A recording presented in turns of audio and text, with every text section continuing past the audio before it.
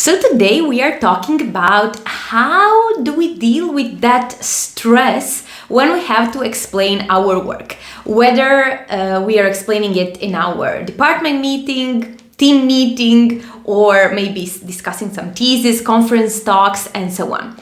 So I wanted to share something that I realized while working with my clients when they tell me that they feel so stressed every time when there is a conference upcoming or maybe some meeting that they know they have to present something, they have to do a presentation, explain their work, and so on. It somehow makes them feel stressed.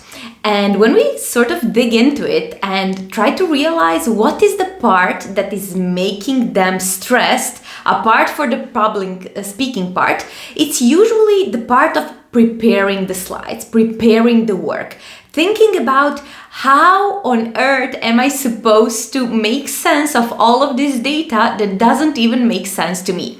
And this is something that happens very often, and what people tend to do then is to overthink and to really get stuck into this loop of how am I supposed to say that, what am I supposed to say, how am I supposed to frame it so it makes sense to others.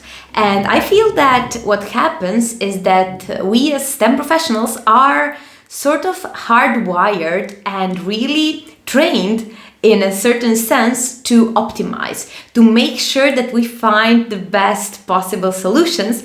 However, when we are so stressed and when there is something that we really don't want to do because maybe we are not comfortable explaining our work or public speaking or something similar, then in that case we tend to really mistake overthinking for optimization. And we do that in a way to protect ourselves, right? If you're stuck with the thinking, you trick your brain that you are doing something while you're actually just draining yourself and draining that energy that you could be using to just complete the task. And of course, one of the solutions would be, yeah, but why don't you just do it? But the point is that you cannot just do it because you don't feel safe. You don't have this certainty of how something needs to be done in an optimal way. And this is something that I work a lot with my clients because that feeling of uncertainty, like, am I saying it right? Am I explaining that in a way that makes sense?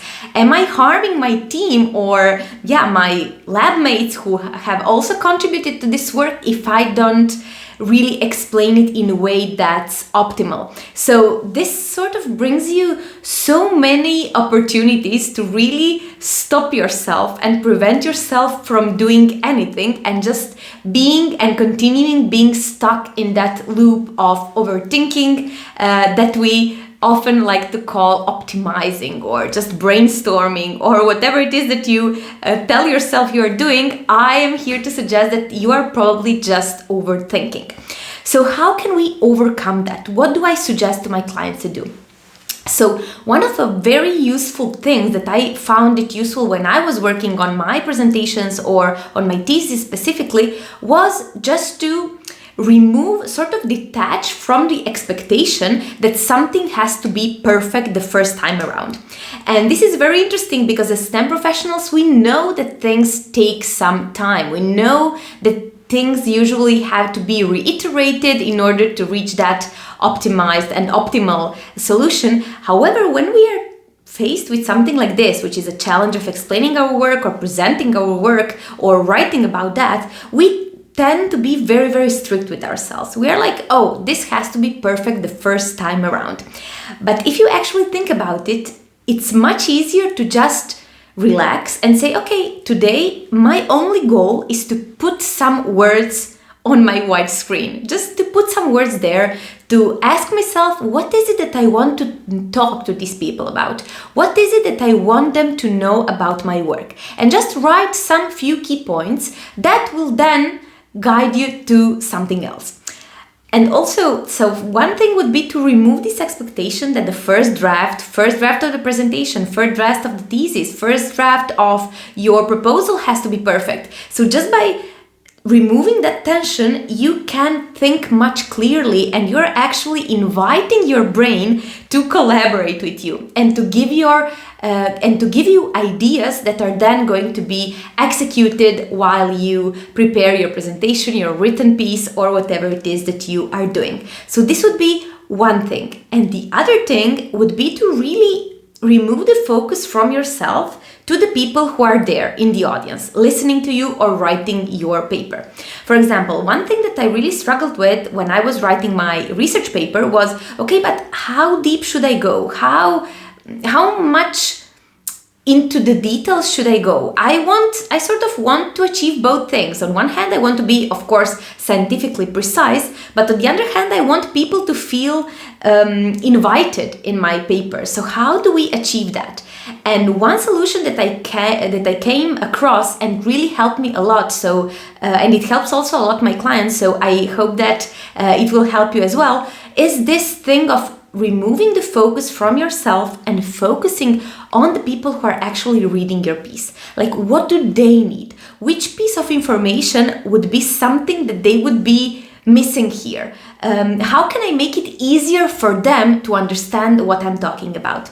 And just by doing this simple exercise together in the combination with not expecting yourself to get it perfectly done the first time around, will really make your mind at ease and sort of help you stop that stressful loop and really get something done. Because sometimes we are so into our overthinking that we are blocked. We cannot do and actually execute things that we are supposed to do.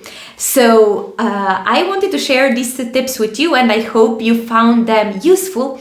And I wanted to invite you to join my coaching program if this is something that is a constant problem for you. So if you feel that it's something that it's repeatedly on your stress list, every time you have to present your work, every time you have to explain your work to your colleagues, if you feel that you are just not only uncomfortable doing that, but you really feel that your disability is something that is stopping you from progressing in your career the way you wanted, whether it is because it's too stressful for you, whether it is because you feel that you're not getting recognized in a way that you should be recognized for your brilliant work that you're doing.